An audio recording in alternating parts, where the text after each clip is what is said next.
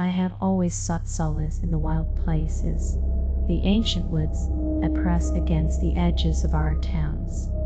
My ritual was simple, a path worn smooth by my own feet, leading from familiar pavement into the green heart of the whispering woods. It was nearing twilight one summer evening, the air thick and humming, when I left the known world behind, a light meal settling uneasily within me. My route never varied, a short preamble through the quiet lanes, then deeper into the forest where two trails diverged to one paved, one nearly earth inward. The unpaved, more wild, always drew me inward. The paved awaited my return journey. Two others seemed to know these hidden entrances, leaving the woods blessedly empty, save for the occasional dog walker, a rare interruption to my solitude. Or so I believed. Deep within the rustling leaves, a sound foreign to the forest stillness broke the trance of my run. Not the snap of a twig or the call of a bird, but the sharp, digital chime of my phone. An unsolicited connection request. Panic, cold and sudden, seized me. Someone was near. Too near. A faint distraction, slowing to adjust phantom music, my fingers trembling as I pulled the device free. My breath caught. It was a picture. Me. Captured moments ago, mid-stride, framed by concealing foliage. The caption a chilling command, "Come back." The image showed my exact clothes, the angle suggesting the photographer was hidden, watching. My heart hammered a frantic rhythm against my ribs. I shoved the phone away and ran as if the hounds of hell were at my heels, forced to take the longest, most winding route back towards the edge of the wood. Behind me, the forest floor came alive with sounds of rustling leaves, the distinct crunch of pursuing footsteps. I dared not look back, fearing the sight would steal my speed, steal my will. Reaching the forest's edge, I scrambled through overgrown yards, seeking refuge in a familiar mess of fences and sheds.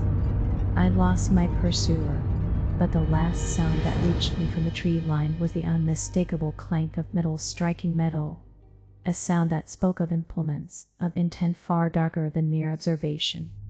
To this day, I know nothing of who or what watched me, what they wanted. The whispering woods are now silent to me, and the digital doors on my phone are bolted shut. Later, traveling with my kin across a desolate, sun-bleached highway stretching through the empty quarter, the darkness found us again. Mile after endless mile, only the road and the stars, broken rarely by a solitary rest stop, a lonely beacon in the ink-black night. Past midnight, exhaustion gnawing at us, we agreed to stop at the next one we found, no matter how forlorn. An hour crawled by before its faint lights appeared on the horizon. We turned off the highway, pulling into the deserted lot of a typical, middle-of-nowhere rest stop. One other car sat in the shadows, silently waiting. We approached the double doors, seeking the simple refuge of warmth and light. They were locked, a sign, perhaps undergoing maintenance, but the interior lights glowed invitingly.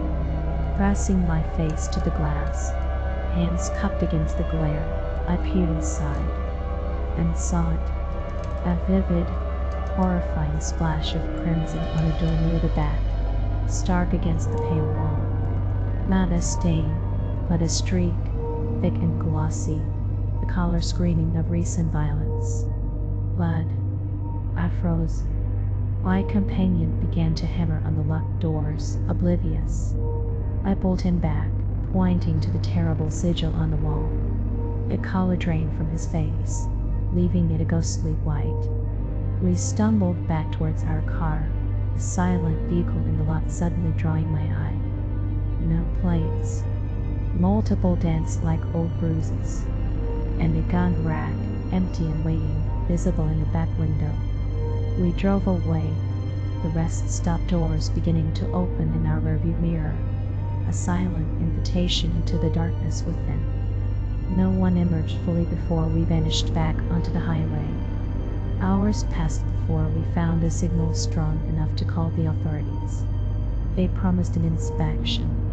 Days later, inquiries met only silence. Records seemingly wiped clean of any such incident. A quiet dread followed me even to the supposed safety of my own dwelling.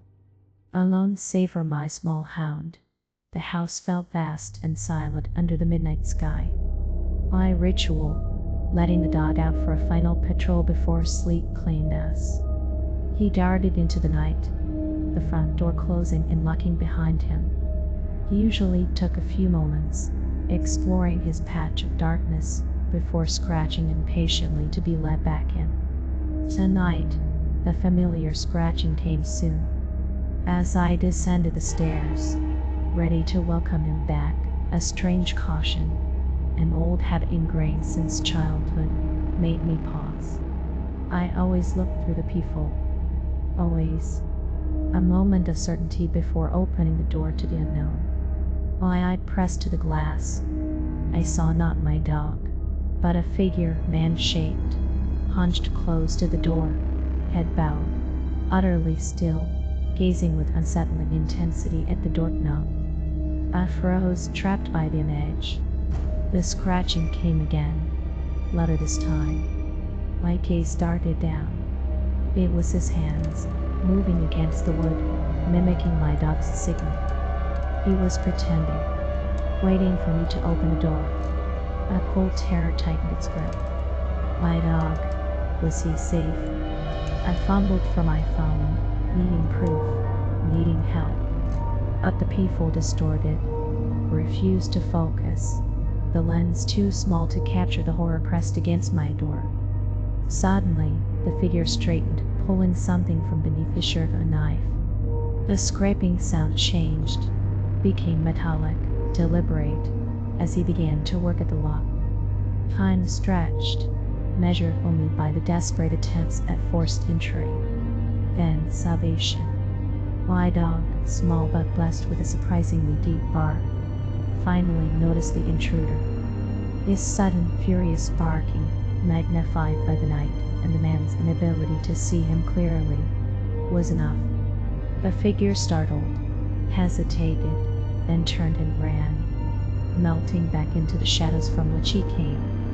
My dog resumed his rightful place, scratching gently. I wrenched the door open and pulled him inside, locking it again with shaking hands. Though I since moved, the image remains, a chilling reminder of the eyes that watched from the other side of the glass. A police report yielded nothing.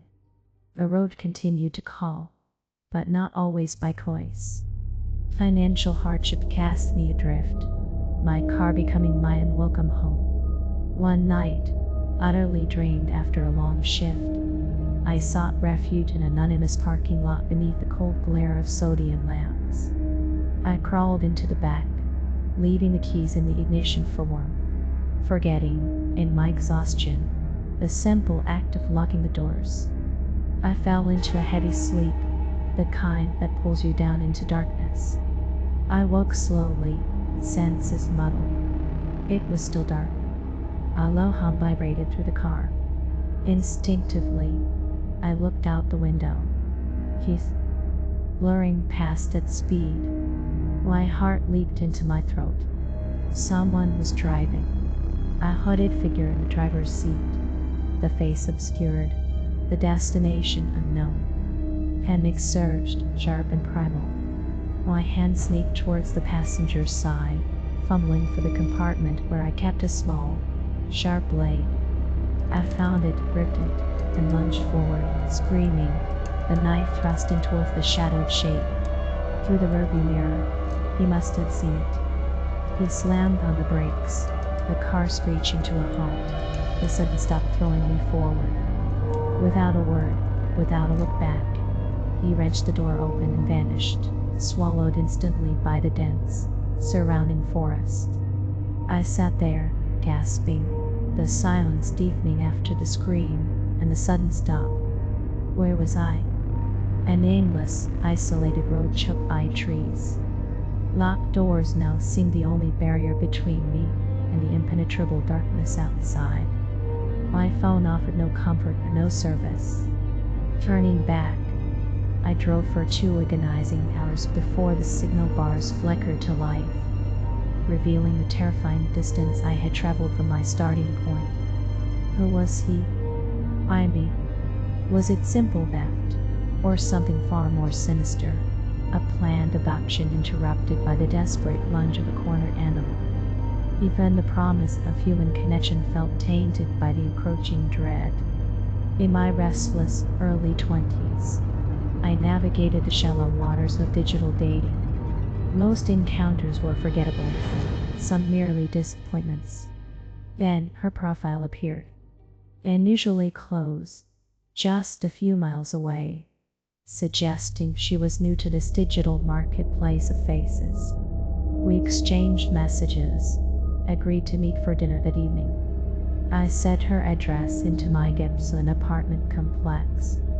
Finding the right building proved easy, but receiving her text message and immediate insistence that I come to her door rather than her coming down felt off. Annoyed by the lack of nearby parking, I found a spot down the street and walked back towards her building. As I approached, a lingering unease made me check her profile again, a final reminder of the face I expected to meet. Scrolling through her pictures, a chilling realization settled upon me. They were subtly wrong. Similar faces, yes, but inconsistent details. Shifting eyes, mouths that didn't quite match across different photos. As if the person behind the profile was not one, but several, or worse, something capable of shifting its appearance, offering glimpses of a face that didn't truly belong to it. And I was walking towards the door she insisted I approach.